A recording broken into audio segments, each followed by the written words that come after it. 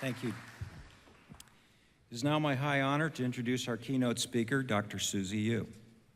Dr. Susy Yu is the Director of Business Strategy and Operations Support for Vision Essentials by Kaiser Permanente in Southern California. Dr. Yu's role is to develop and implement strategy for more than 300 doctors of optometry who care for over 700,000 patients annually. She also identifies new technologies for optometry in our complex and rapidly evolving healthcare environment. Dr. Yu served on the California State Board of Optometry from 2003 to 2011. Dr. Yu was elected to the Board of Directors of the Association of Regulatory Boards of Optometry in 2009 and served as president from 2015 to 2016. As chair of ARBO's Council on Optometric Practitioner Education, Dr. Yu was instrumental in the program's recognition as being substantially equivalent to the Accreditation Council for Continuing Medical Education and in their acceptance into the Joint Accreditation for Interprofessional Continuing Education, together with medicine, nursing, pharmacy, and physician assistants. That's a big deal. Dr. Yu earned her Doctor of Optometry degree from the UC Berkeley School of Optometry in 1996. She and Dean Bullimore were in the same optics classroom, albeit on different sides of the lectern. She earned an MBA from the Anderson School at UCLA and was recognized as one of Vision Monday's optometric business innovators in 2012. As well as those professional accomplishments, Dr. Yu is a wife and mother of 2 kids. Now, without further ado, please welcome Dr. Susy Yu.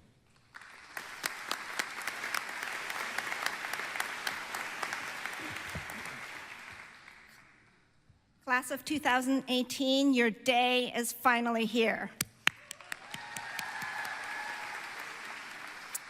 I want to congratulate you and also recognize your family and friends who supported you over many years. Today is your day, and I have no intentions of shifting the focus away from where it belongs.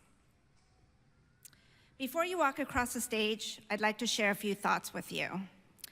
I see you all sitting there, and I can remember some of the thoughts that were running through my mind 22 years ago. I wonder where my parents are sitting. Who's the speaker, and what is he talking about? And I'm so looking forward to dinner and parties later tonight. Fast forward, at my first job, it was all about trying to figure out my role in a busy practice, and how nice to have a steady paycheck. These are the things you're focusing on now and for the next few months, totally natural. But for a few minutes, I want you to put aside your short and medium-term concerns. Let's step back 15 years. I'm guessing most of you were in middle school. Try to remember what some of your largest issues and concerns were back then. Losing old friends, making new ones, placing into 7th grade accelerated math, getting invited or not invited to your friend's birthday party, try out for sports teams, you get the idea. Those things that were so important to you 15 years ago hardly seem relevant to your life today. Now let's go 15 years into the future. Try to think of what will be important to you both professionally and personally.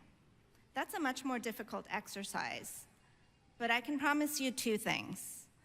First, the issues and concerns that you had 15 years, that you'll have 15 years from now will be as different to those of today as those of 15 years ago. And second, those years will pass by faster than you can imagine.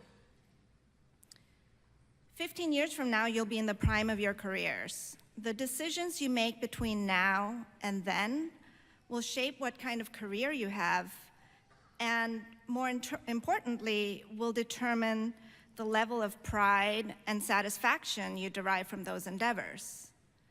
The message I have for you today is to be brave, face those decisions with courage, and be open to taking risks. When I first graduated from optometry school, I took the safe route. I worked for an ophthalmologist in private practice, and it doesn't get much, safer than this. Yes, I was making many of my own clinical decisions, but this felt similar to optometry school. I could always rely on the ophthalmologist, just like a clinical professor or proctor or mentor, to watch over me. A year later, as I was ready to move on, I found myself working as a staff OD for Kaiser Permanente, a very stable job. Yes, I was functioning independently, but I could always ask one of my coworkers to give me a second opinion or validate my clinical judgment. We were a great team, many of us in a similar phase of life, newly married, having kids. Work was comfortable and mostly fun. However, a large group practice is not for everyone. One of my colleagues chafed at the bureaucracy, rules, policies, and hierarchy. After a decade at Kaiser Permanente, she decided to move to private practice. She didn't buy an existing practice or go work for someone else. She opened her own office cold. Her kids were young, and she wanted to have more control over her schedule. She and her husband found the courage and took a huge risk. She left a stable Kaiser job with great benefits, and she worked incredibly hard every step of the way to create something that fit her life. She made up her own rules, her own schedule, and was able to spend more time with her children than would have been possible in her old corporate job. 7 years into my own clinical career, I also faced a fork in the road. My boss, the head of vision services for Southern California, asked me to join his leadership team and help grow optometry and optical within Kaiser Permanente. He was creating a brand new position that blended long-term strategy with operational execution. I was faced with a major dilemma. Am I brave enough to take a job that would take me out of clinical practice? And what about all those years I spent learning how to be a doctor? And I'd be leaving a safe and secure job to try something much more uncertain. That was right after I had graduated from business school at UCLA. There I learned how different the business world is from patient care. Clinical practice involves identifying a problem and ideally finding a concrete solution. The goal is to reduce or eliminate the risk of an adverse outcome. In a management context, very rarely do we have all the information needed to make a perfect decision. We try to gather as much data as possible, analyze the results, and make the best decision we can. Rather than concrete answers to problems, business is ultimately about risk management.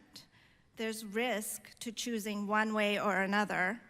There's also risk in maintaining the status quo, the risk of missed opportunities. So I took the job.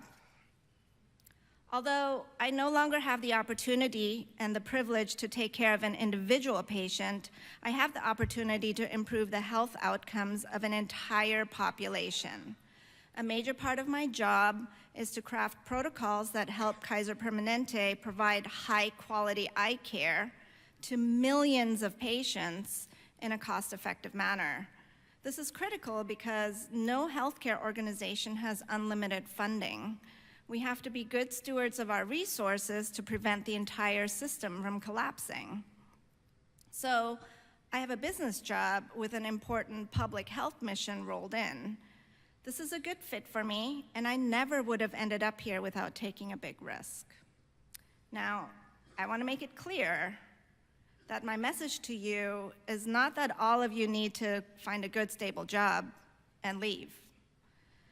Some of you will manage systems and look after populations. Some of you will do research and teach.